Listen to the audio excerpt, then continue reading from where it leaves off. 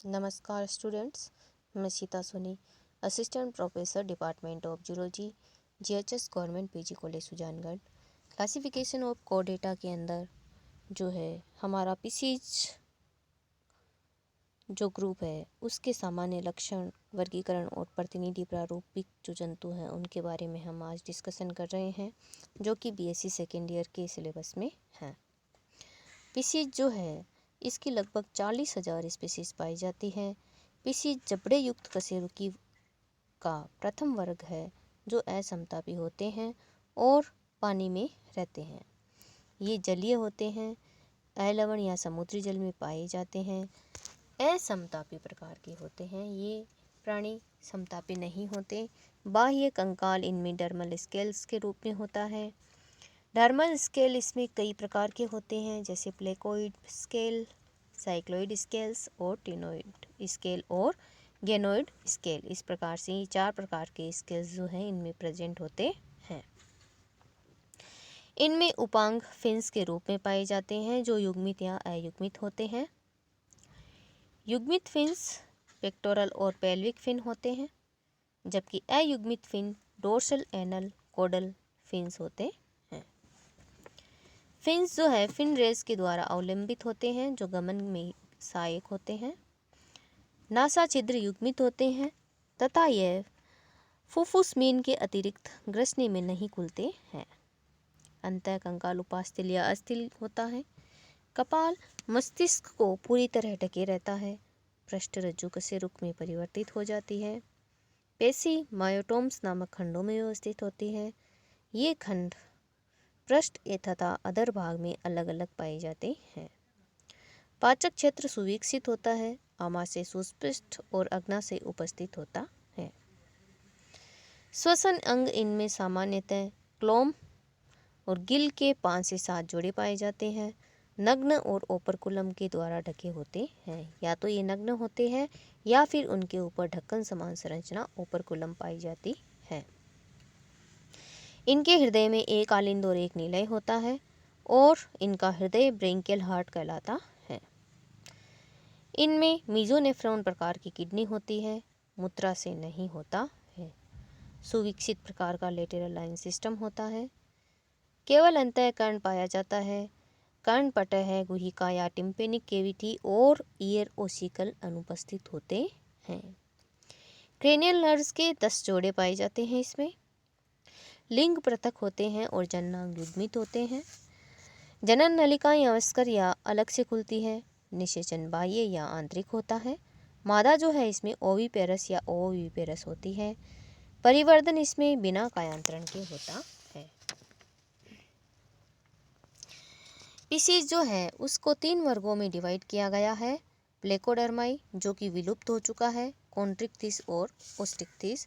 तो यहाँ पर हम कॉन्ड्रिक्थिस और ओस्टिक्थिस जो है इनकी डिटेल पढ़ रहे हैं।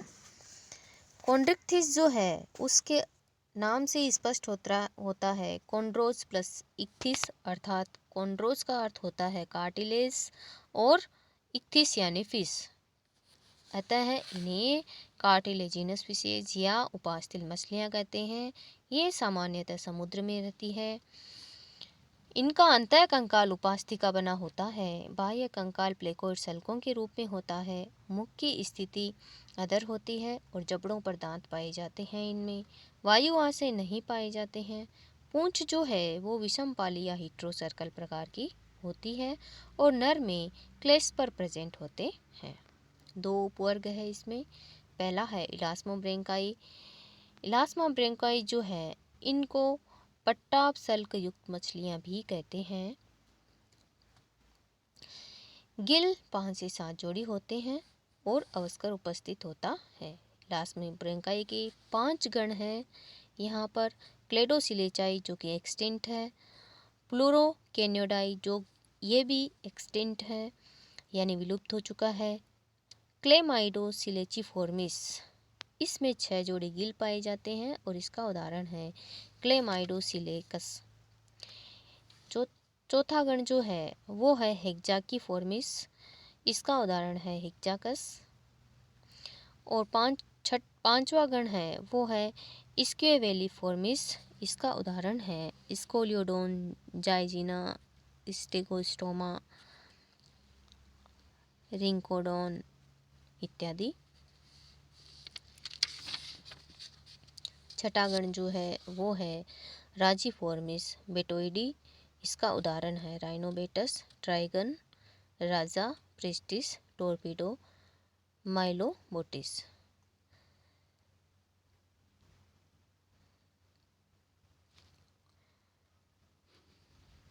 दूसरा वर्ग है वो है ओस्टिक्थिस।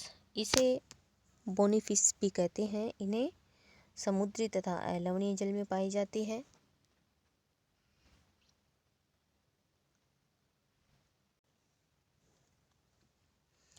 अंतःकंकाल अस्थि का बना होता है। इसमें साइक्लोइड, टिनोइड और गेनोइड प्रकार के सेल पाए जाते हैं। जबड़े ऑटोस्टाइलिक होते हैं। गिल 4 जोड़ी होते हैं। गिल छिद्र अस्थि के बने ओपरकुलम द्वारा ढके रहते हैं। श्वसन रंध्र अनुपस्थित होते हैं।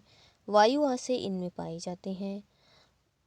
पूंछ जो है वो होमो सर्कल या हिट्रो सर्कल होती है। क्लेस्पर एब्सेंट होते हैं और अवस्कर नहीं पाया जाता है। ओस्टिक्थिस जो है इसको 3 उपवर्गों में विभक्त किया गया है। पहला है उपवर्ग, इसमें एकेनियोडाई, ये विलुप्त हो चुके हैं। दूसरा है सार्कोप्टेरिजाई, ये युग्मित पक्षयुक्त पाली युक्त होते हैं। लोब्ड फिशेस भी कहते हैं इन्हें। आंतरिक नासा छिद्र पाए जाते हैं इसके अंदर। और इन मछलियों को मसल पंखित या फ्लेसी फिन्ड या लोब्ड फिन्ड फिशेस के नाम से जाना जाता है। सार्कोप्टेरिजियाई उपवर्ग को 2 गणों में विभक्त किया गया है। पहला है क्रॉसोप्टेरिजियाई, ये युग्मित पकपाली युक्त होते हैं, दांत सुविकसित होते हैं और इसका उदाहरण है लेटिमेरिया। दूसरा जो गण है वो है डिप्नोई। इसके अंदर डिप्नोई जो है इनके अंदर वायु आशय पाए जाते हैं, इसलिए इन्हें फुफ्फुस मछलियाँ या लंग फिश भी कहते हैं। इसका उदाहरण है लेपिडोसाइरोन। लेपिडोसाइरोन के अतिरिक्त जो है प्रोटोप्टेरस और नियोसेरोटोडस। तीसरा जो उपवर्ग है इसके अंदर वो है एक्टिनोप्टेरिजाई, ये युग्मित पंख पाली रहित होते हैं। इसमें सेल केनोइड प्रकार के होते हैं। आंतरिक नासा छिद्र अनुपस्थित होते हैं। इस उपवर्ग को 3 इंफ्रा क्लासेस में बांटा गया है। पहली इंफ्रा क्लास है कॉन्ड्रोस्टी।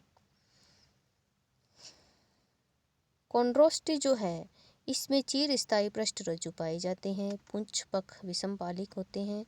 इसका प्रथम गण जो है वो है एसिपेंसिफॉर्मिस। इसका उदाहरण है एसिपेंसर। दूसरा गण है पोलिप्टेरिफॉर्मिस। इसका उदाहरण है पोलिप्टेरस। और दूसरी इंफ्रा क्लास जो है एक्टिनेप्टेरिजाई की वो है होलोस्टेरी। इसके जो है प्रथम जो गण है इसका वो है एमाइफॉर्मिस। इसका उदाहरण एमिया। दूसरा गण सेमीओनोटिफॉर्मिस। इसका उदाहरण है लेपिडोस्टियस। तीसरी जो इंफ्रा क्लास है वो है टेलियोस्टी। इसमें अंतःकंकाल का पूर्ण रूप से जो अंतःकंकाल है वो अस्थिल होता है। श्वसन रंध्र अनुपस्थित होते हैं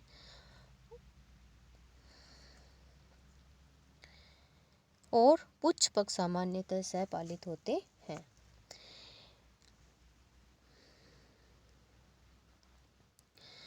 इसमें कुछ प्रमुख गुणों का यहाँ पर पाए जाने वाले जो प्रमुख गण हैं उनका यहाँ विवरण हम देख रहे हैं। जैसे पहला गण है क्लूपीफॉर्मिस। इसका उदाहरण है क्लूपिया, साल्मो, नोटोप्टेरस।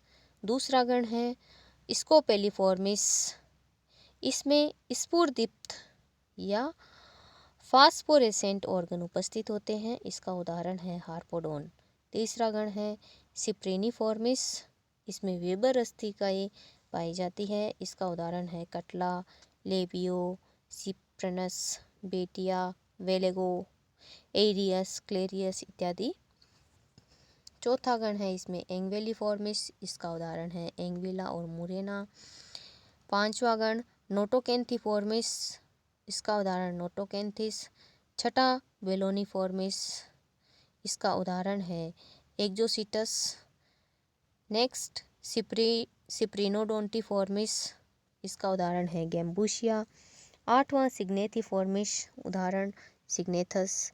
नौवां है लेम्पिरिडिफॉर्मिस, इसका उदाहरण है ट्राइक्यूरस। 10वां गण है पर्सिफॉर्मिस, इसका उदाहरण है एनाबास। 11वां गण है प्लूरोनेक्टिफॉर्मिस, इसका उदाहरण है प्लूरोनेक्टस। और 12वां गण है एकेनिफॉर्मिस, इसका उदाहरण है एकेनिस। 13वां गण है टेट्राडोंटिफॉर्मिस, इसका उदाहरण है डायोडोन, टेट्राडोन। 14वां जो गण है वो है लोफियाइफॉर्मिस, जिसका उदाहरण है लोफियस। और 15वां गण है मेस्टेसेम्बेलिफॉर्मिस, इसका उदाहरण है मेस्टेसेम्बेलेस। और 16वां गण जो है वो है सिम्ब्रेकिफॉर्मिस, इसका उदाहरण है सिम्ब्रेंकस इत्यादि। इस प्रकार से इसमें कुछ प्रतिनिधि जो है वो जीव पाए जाते हैं। पहला है इसमें जाइजिना। तो जाइजिना जो है इसको हैमर हेडेड शार्क कहते हैं। क्योंकि शीर्ष अग्रभाग से चपटा, दोनों ओर पार्श्व में 2 पालियों के रूप में निकला रहता है और हथौड़े के समान होता है, इसलिए इसे हैमर हेडेड शार्क कहते हैं। स्टेगोस्टोमा जो है इसे टाइगर शार्क कहते हैं, क्योंकि इसकी त्वचा पीली होती है और जिस पर काले रंग के धब्बे पाए जाते हैं। प्रिस्टिस को आरा मछली भी कहते हैं। राइनोबेटस को गिटार मछली कहते हैं। टोरपीडो जो है ये भी इसको एस्ट्रेपे भी कहते हैं। ट्राइगन जो मछली है इसे स्टिंग रे कहते हैं। काइमेरा इसे चूहा मछली, भूत शार्क, किंग ऑफ हेरिंग्स भी कहते हैं। इस प्रकार से कई प्रतिनिधि जंतु जो है इसके प्रेजेंट होते हैं स्पीशीज के। नेक्स्ट वीडियो में हम एम्फीबिया के ऊपर डिस्कशन करेंगे। तब तक के लिए थैंक यू।